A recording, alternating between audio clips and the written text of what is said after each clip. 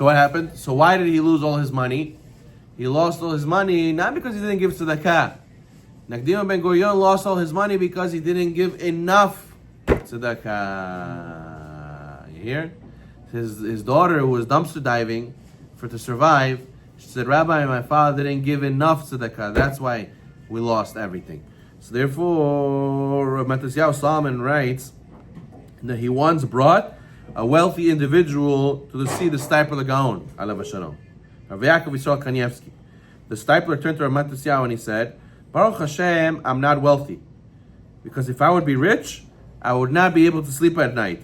Because I don't know who to give my charity funds. And even after I gave my tzedakah, I'm not sure if that would be enough amount, the right amount, to fulfill my obligation. Because each rich person has to give according to how much money he has. You know? For example, ideally, you should give 20%, says Shulchan Aruch, if you're able to. You know? And a person who doesn't give 20% and he could, so you have to answer to that after 120. And every rich person has to pass that test.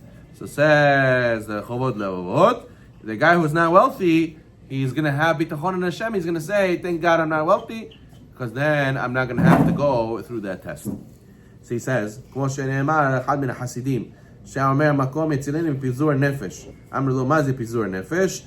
אמר שיהיה לי ממון בראש כל נהר וראש כל קריה. והוא אמר שיכול וברכה בין נכסים.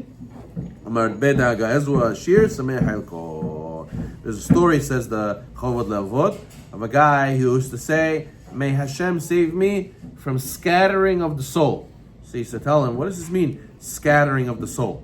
So he says, scattering of the soul means that if I would have invested money in every major port of every river and the major neighborhood of every city, my mind would be constantly flipping from one place to another place to try to protect my investments. You know, you ever saw a guy who's in the stock market, how they manage their investments?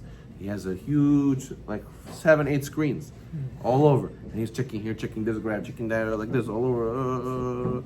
His mind is not in one place. He's all over. How is this one going? What about this? How is that? How is this? How is that? So he says, this guy used to pray, Hashem, save me from the scattering of my soul. That part of my neshama is here, part of my neshama is there. What is our money? If you think about it, and money is part of your neshama. Why? Because how do you make money? You have to give time.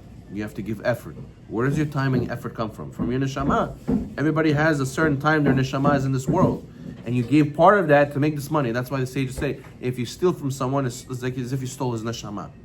Because how do you get this money? By giving part of his neshama, right?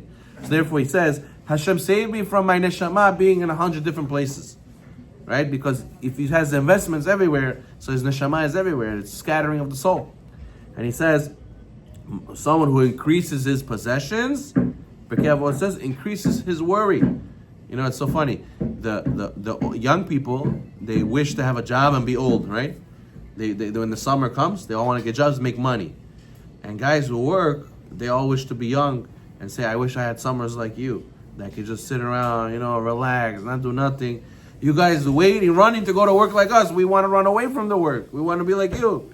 So the guy who has no money, he says, I wish to be wealthy. And I be manage this and do this, do that. And the wealthy guys look at the poor guy and says, I wish to be you. I just want to be a simple guy. No obligations, no thoughts, no managing. Just go simple, come like a guest, go like a guest. It's funny how the world works. So he says, Marbe nechasim, marbe daga. One who has more possessions increases his worry. And who is wealthy? Izu ashir, samem halko. He's happy with his portion. A rich person always thinking more and more and more and more and more. A real wealthy person, Torah says, is happy with limited. Being limited is good. Because if you want more and more and more, it's never ending and you always have worry. Okay, but how will you ever be happy with what you have?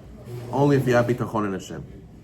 Because whether it's big, whether your portion is small, you're going to know if this is what Hashem gave you, it's good. It's good. You know, imagine you go and you buy a piece of jewelry from somebody, right? He said, listen, you know, this is maybe it's a fake. Maybe it's not good. He said, what are you talking about? My very good friend gave me this. He would never give me such a thing, right? Never give me a fake. He would never give me something that's not real. He said, imagine your parnasah you got from Hashem. Is it good for you? Is it real? Is it going to have bracha? Is it going to make you happy? Who gave it to you? He's like, yeah, Hashem gave it to me. You think Hashem's going to give you something fake? You think Hashem's going to give you something that's not for you? That's not good for you? Of course he does. So therefore, the one who has bitachon is going to realize whatever my lot is, whatever Hashem gave me, it's going to be enough for me. I'm going to be happy with it because Hashem gave it to me. Of course, it will be good for me. מותח בהשם ישיג תועלת במון. רוצה לומר, פרנסתו. תמנע ממנו מטרדת המחשבה של בעל ממון, תמדת דאגתו לו. As it says, מתוקת שנת העובד עם מעט להרבה, יאכל והסבה לעשיר אינו מניח לישון. He says the person who has bitachon in Hashem, he'll really feel the money. What does that mean? He'll have enough income to sustain him. And he will not have the worry of the wealthy person who's always worried about managing his money and constantly worrying how to preserve it. Person has bitachon, even if he has a little bit of money, he's not worried with investments. And even if he has a lot of money, he's not worried about his properties because he knows whatever it's going to be, that's from Hashem. The person who has no bitachon, he can't sleep at night. As the pasuk says in Kohelet, sweet is the sleep of the employee. Sometimes it's better to be employee. Why? You come to work, you go home, you get your paycheck, you sleep good at night. The boss, CEO, what happens to him? He has to worry, how I'm going to pay everybody, where's the money coming from, what did we invest, how much in the register, what did we sell, what did we buy. Sweet is the sleep of the employee, whether he eats a little or a lot, but the rich man, satiety, doesn't let him sleep. So funny, how does the rich guy not sleep? He should be more happy than the poor guy. No, because the employee comes and goes and doesn't have to worry anymore. That's why he sleeps well, as opposed to the owner, the CEO. He worries too much, and in the end, he had nothing because he doesn't enjoy it from the money he has. So says the Brisker Rav. Will end with this. The Brisker Rav says that when he got married, his family gave him a gift. He gave him a big dowry. He gave him a lot of money, and he invested in an apartment in Warsaw. So he expected to live from the income from this apartment and to learn Torah the rest of his life without worries. What after he bought this apartment, what happened? The First World War. First World War came out, and he lost all his properties. So what did he do? He said, I lost my parnasah, I need to bitachon. So he started learning Chovot, HaLevavot, Shar Bitachon. When he finished Shar Bitachon, he was happy. Why? Because he says, now I understand, Ezo Ashir, Samech Bechilko. What does it mean, who is the Ashir? Meaning, the bitachon is the real wealth. He says, once I learned Shar Bitachon, I got bitachon, I was wealthy. Why? He says, the bitachon is not a substitute for wealth. He says, rather, bitachon is the actual wealth. He says, why? If you think about it, you have $1 million, right? You have $10 million. You have $100 million. You could still be worried, even if you have $100 million. Why? Because now I invest here, I have a lot of things to worry about, right? Big company I have to, 500 employees I have to take care of, right? But in the end, what makes me calm down? Bitachon. So what to give the real wealth? The real reason why I'm enjoying my money is what? Is the bitachon. So even if I don't have the money, but I have the bitachon, why are we chasing money? What do we want? We want to feel happy. We want to be able to live our lives the way we want. We want to be able to have the means to be able to do what we need to do. So when you have $100 million and you think you have all the means to do what you need to do, but a lot of times you have a lot of emotions, a lot of stress, so you won't be able to do what you need to do. So you need bitachon.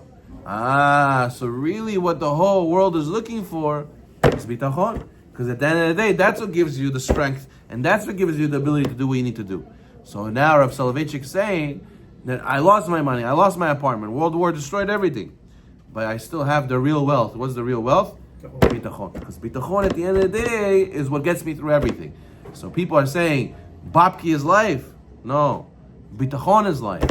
And even when you have the money, who says it's going to stay with you? Even if you have the money, who says you're going to enjoy it? Even if you have the money, who says it's going to make you happy? So bitachon is really what you're looking for, and that's the real wealth. Baruch Hashem.